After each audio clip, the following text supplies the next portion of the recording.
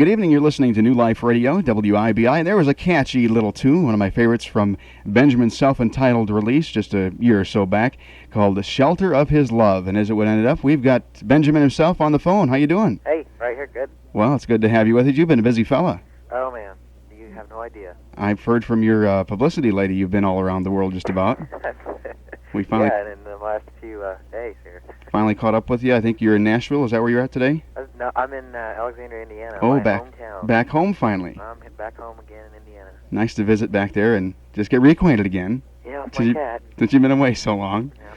But we just enjoyed a great song called Shelter of His Love. I thought we'd kind of start off talking tonight about that song. That's a great song. Yeah, thanks. Really enjoyed that. How'd you come up with that kind of song? I mean, it's different kind of even style-wise. Yeah, I was just sitting on my bed and had a guitar, and I just started playing that first note thing. Is that and it just kind of went from there. Some songs That's exactly how I wrote it. Some songs come together kind of quick, don't they? I wrote it in about 2 minutes, 2.5 minutes, as long as it takes to play it on the radio. Gee whiz. It's one of those yeah, nice. Then I wrote lyrics a little later. That's nice one of those short ones that we at radio like to help us get the news and some of those important kind of timely things. Right before the 9 o'clock spot. But I was telling you off the air, we've had a lot of requests for that. We do a Friday night request night, and that's always a favorite with our listeners too. Good. So I thought, keep requesting it. Well, I hope they do. I enjoy playing it. I play it at the station, and when I get home, I play it on my own CD player. So Cool. kind of hear it in both places. That's great. Another one of the singles that we played was "Rain Down a Fire." Down a Fire. And I understand you wrote that along with your sis. Me and my sis wrote it.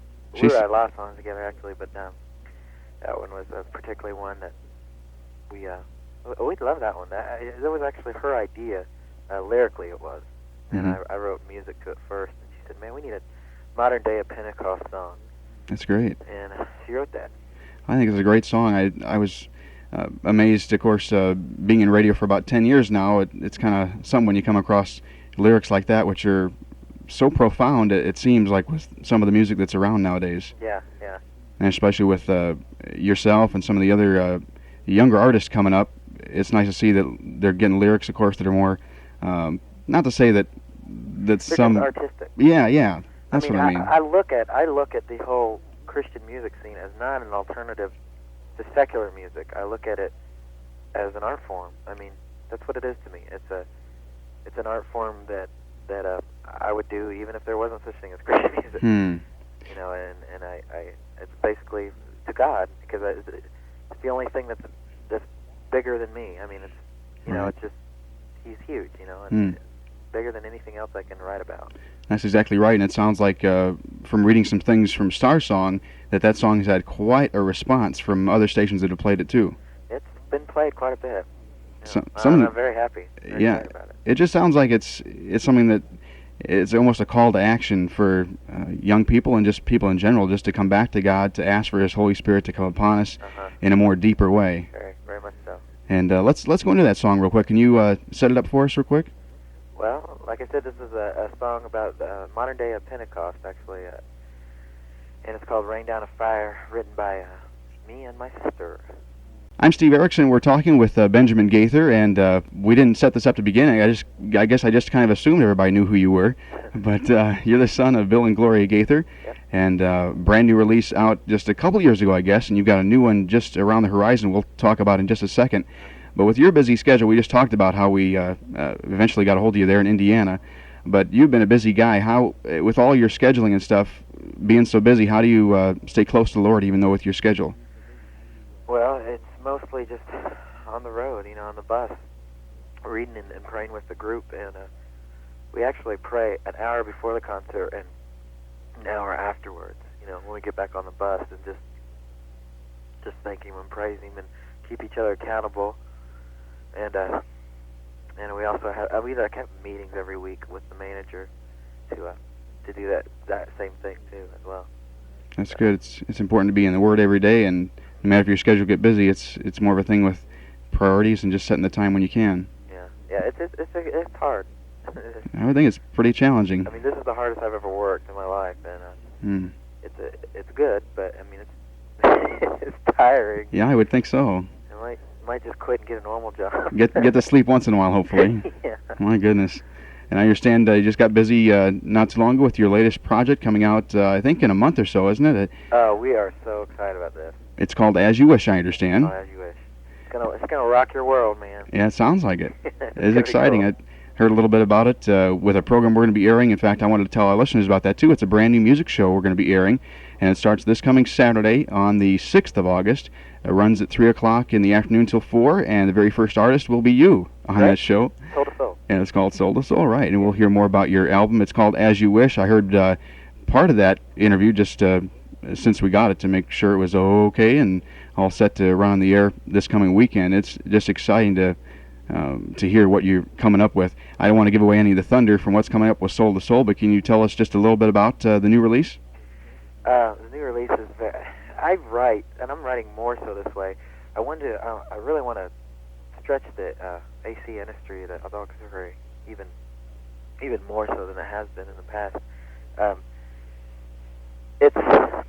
These songs are all feel. I mean, they all got such great feel, you know. And that's really how I write anymore. I just feel it. it just makes you like. There's a song called "The Narrow Road" on there that's definitely a groove kind of song. There's a first single coming out called "Until We Turn." Is kind of a mixture between 60s, 70s, 80s. You know, just everything. You don't know which era it came from, but it's very new. Yeah, you got. This is what this album is really going to be. It's going to be new, and at the same time fit your format, hopefully. Yeah, you got quite a different. In listening to your first release, even on that one, you had quite a different spectrum of things on there. I love it. I love it. I think I mean, this is the art form for me, so I just a blank canvas, man. I go nuts. It sounds like it, and I think in part of that Soul to Soul, they'll hear you talking with. I think is his name Brian. Yeah. That helps you with some of the producing side of things. Brian Lennox, yeah. And saying how you're quite the idea man. Yeah, and he's the technical guy. And we work great together. We do. It's very fun. We had a blast in this album. Probably too much of a blast after we got the bill. Well, but we still had fun. If it's anything like your first one ended up, my goodness, I don't know how much of a party atmosphere you can have from a second album from the first one. Oh my goodness. Looking forward to hearing that too. It's incredible. I'm excited. I'm just bouncing off the walls. That's great. Part of what our listeners will get a chance to hear on that Soul to Soul interview that I was excited to hear.